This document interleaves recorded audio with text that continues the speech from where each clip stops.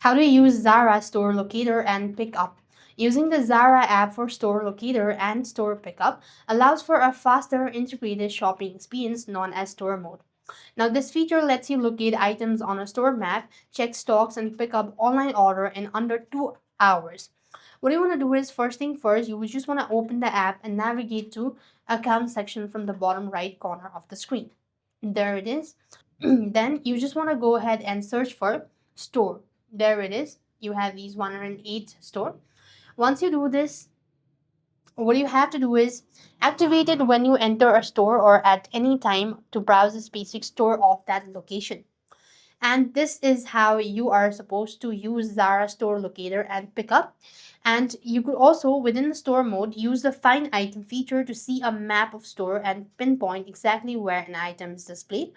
On the Zara website or an app, select an item and use the check-in store availability options to find the nearest store that has its stocks, and use the app to find the nearest store, its address, telephone number, and opening hour as well.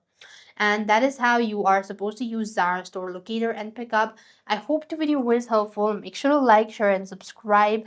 Thank you for watching. See you in a next video.